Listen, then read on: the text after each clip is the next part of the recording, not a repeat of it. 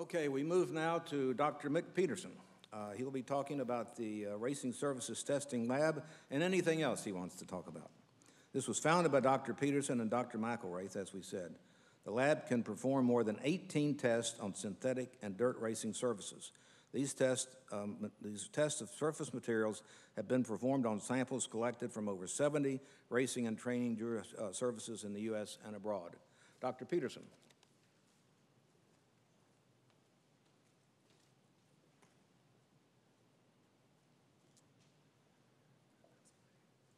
All right, thank you. It's a pleasure to be here.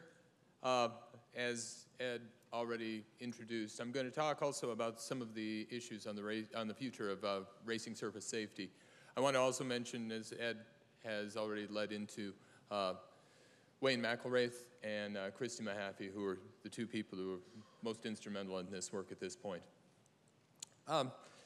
To reiterate the history a little bit, the first recommendation that came out of the 2008 Welfare and Safety Summit was on track surfaces, and the goal was to promote consistent and safe racetrack surface conditions and to identify a laboratory where material can be sent for analysis.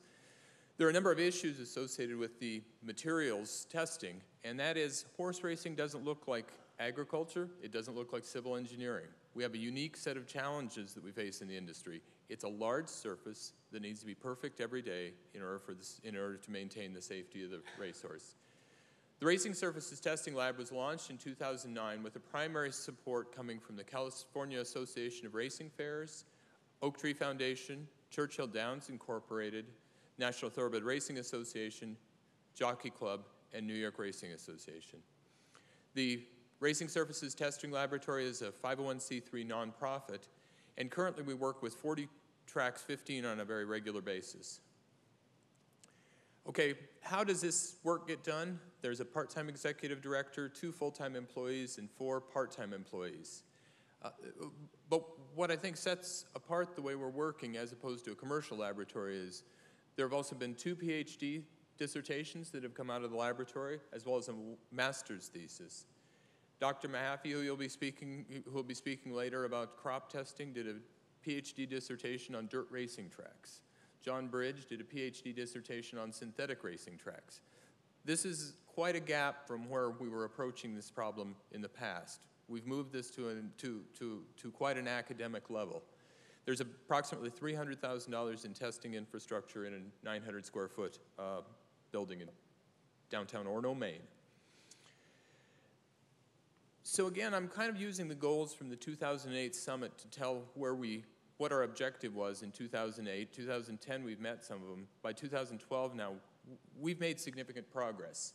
So 2 of the goals that we set in 2008 was the ability to monitor changes in materials. There was a perception that over time, the dirt surfaces, and there was a particular concern about the synthetic surfaces, were changing as after they were installed.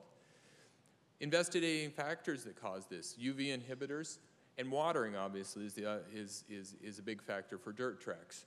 So the first challenge we took on, and probably one of our most significant efforts, has been the wax for synthetic tracks. This has been one factor that's changed quite quickly as the synthetic tracks have aged.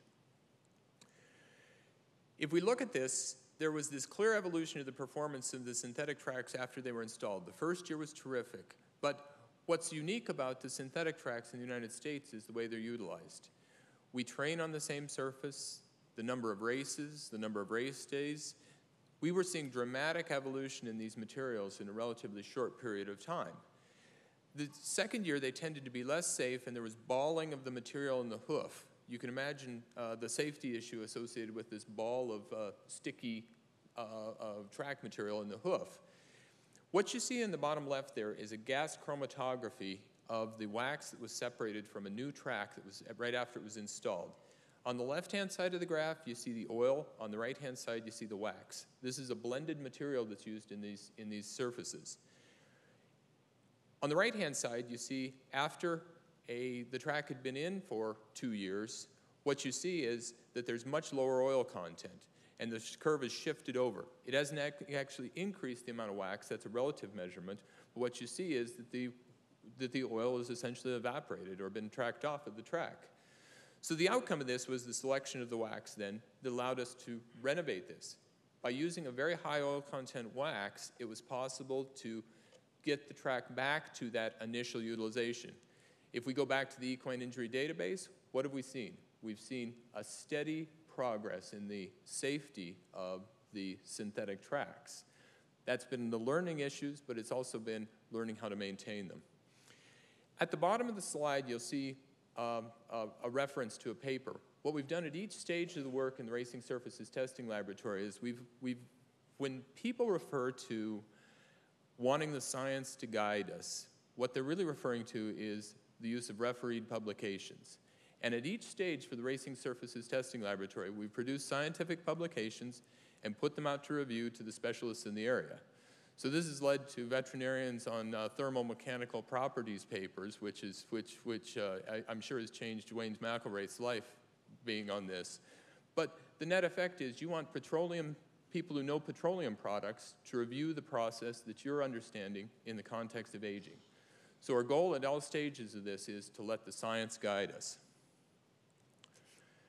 We had a number of additional goals that came out of that first racing surface, or the second racing surface. And the second one that I'm going to talk about is the R&D model for synthetic dirt and turf racing surfaces.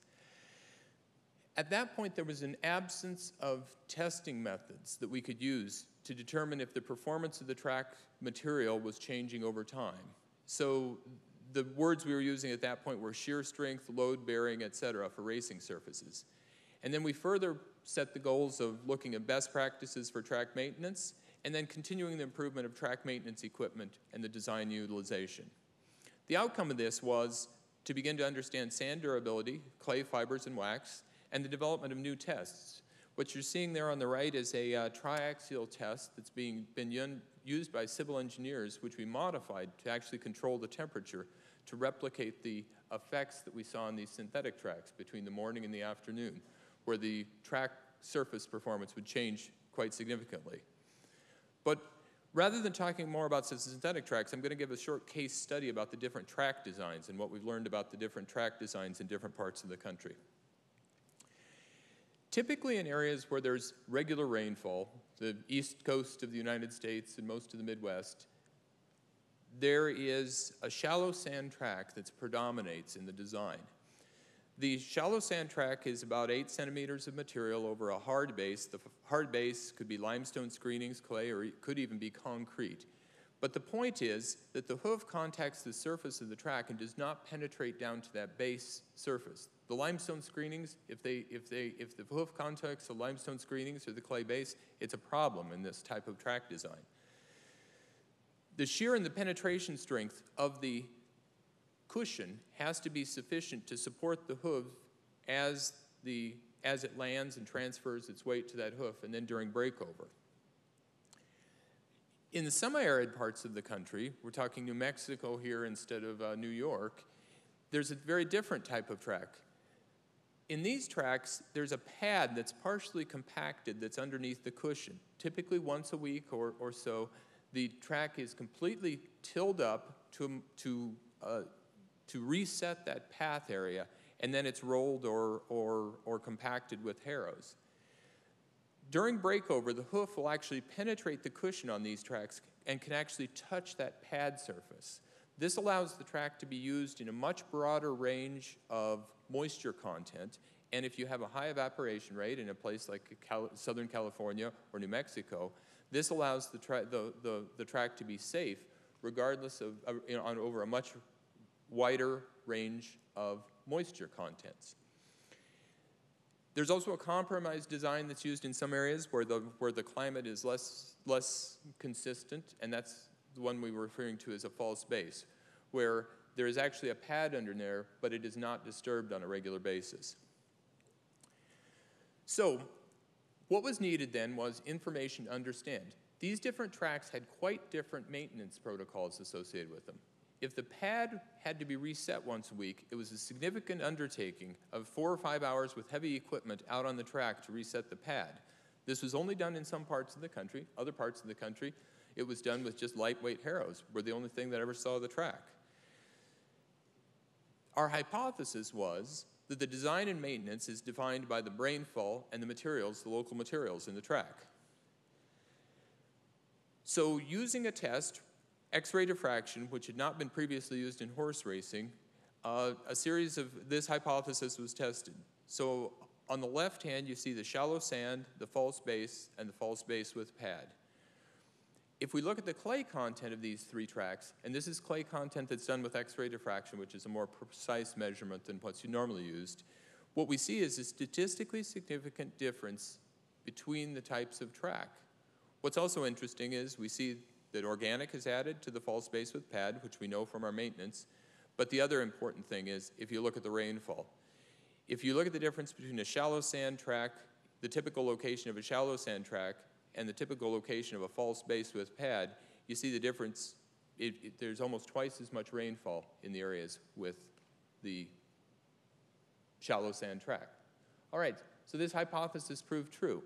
The designs have adapted, the dirt track designs have adapted to the climate, they've adapted to the materials, and they're effective over a wider range of moisture content. And again, as with the rest of our work, we put this out for peer review in order to ensure that the work that we're doing is of absolutely the highest quality. But the outcome of this is the maintenance must match the materials. This is all quite esoteric, though. The point here is, what about the safety of the rider? So we've got three of these different tracks. We've got a track with a shallow sand track, a false base with pad, a synthetic or a turf track. We want to know which one's the safest. If we look at the catastrophic injuries per 1,000 starts, well, there's a possibility that there may be a difference there. If you look, the shallow sand track looks like it's got slightly lower. But if you look at the variation between the tracks, it's huge. This is not statistically significant. Does it mean there's no effect? That's not it at all. What it means is what we're seeing one year may not be repeated another year. What we're seeing is there's other factors in here that are as significant or more significant than this design factor. Well, the obvious one is if we're talking about rainfall, I mean, a year where there's a drought will obviously significantly affect the ability to keep a shallow sand track at its optimal conditions. But if we take another slightly different cut in the samples and we look at the best dirt tracks, we take the best half of those and the less good half of those tracks, not selecting by year, but selecting by tracks, what we see is the best dirt tracks approach the safety of a synthetic track. They're not as good. We've still got the benchmark there. The synthetic tracks are still clearly appear to be much safer tracks, but if you look at the best dirt tracks and the other dirt tracks, there's not much of a gap between the synthetic and the turf and the best dirt tracks. All right, let me take this a little bit further, and I'm going to make use of some of Dr. Parkin's work on this, and he can explain this much better than I would, but I'm going to make use of some of this. From a simply descriptive statistical analysis, meaning that not all the confounding factors are controlled for, the synthetic is safer than the turf, and turf is safer than dirt. This is statistically significant, but we also know that the tracks that can choose to put in a synthetic track surface are a different population. They probably have a different horse population, they have a different economic model, they may even have different genetic population of the horses. So to tease out more completely, it's necessary to control for the other factors. And this is the multivariate analysis that Tim has done. And in this case, the synthetic, turf, and fast dirt tracks are not significant for risk of catastrophic distal limb fracture. So what happens? There's a different population of horses and conditions at the synthetic tracks. If we control for all those other factors, then we don't have statistical significance. There may be an effect there, but again, it comes back to if we have an effect one year, will we see the same effect the next year? But what is important is that an off-dirt track is significant. There's a 20 to 30% increase in the likelihood of catastrophic distal limb fracture by running on an off-dirt track. Now, I'm not very fond of the off versus fast dirt track classification because that is very climate related.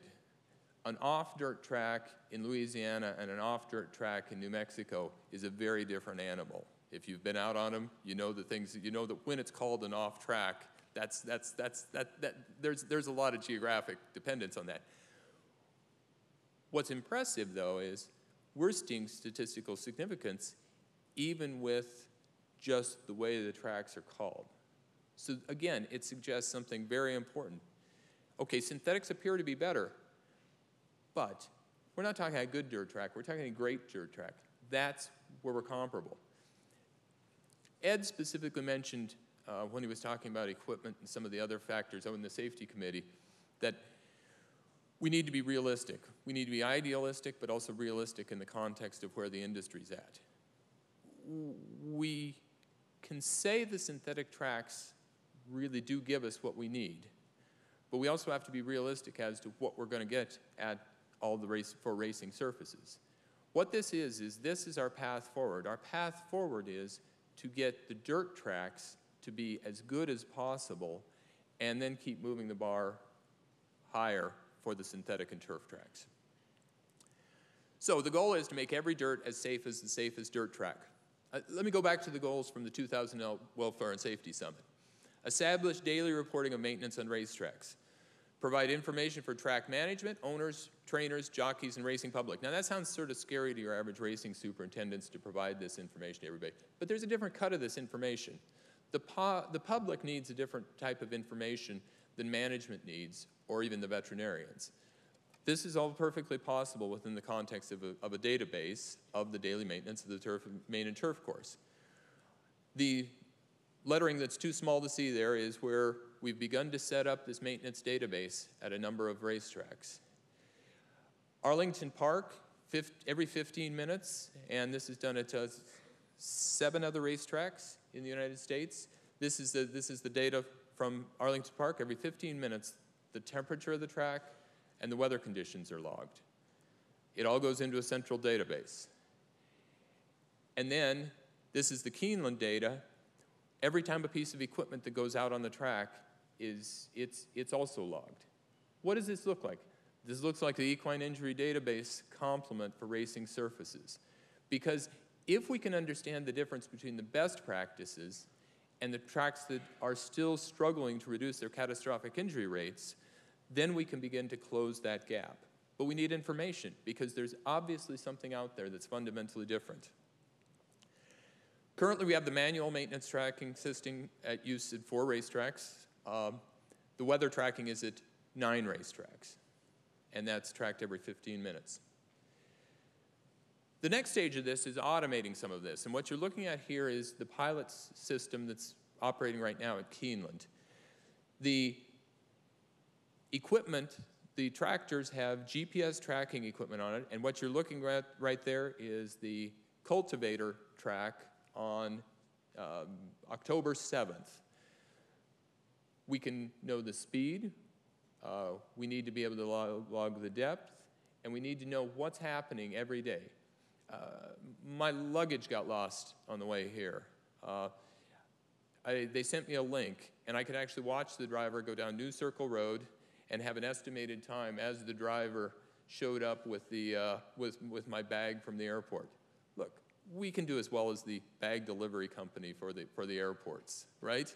And this is what we're doing. This is the next stage for us. From this, then, the daily activity report. Those of you who know agriculture know how things have changed in the world of agriculture. They only apply seed, they only apply fertilizer in areas where they know they'll get a yield. They track everything with GPS, they track the yield with GPS.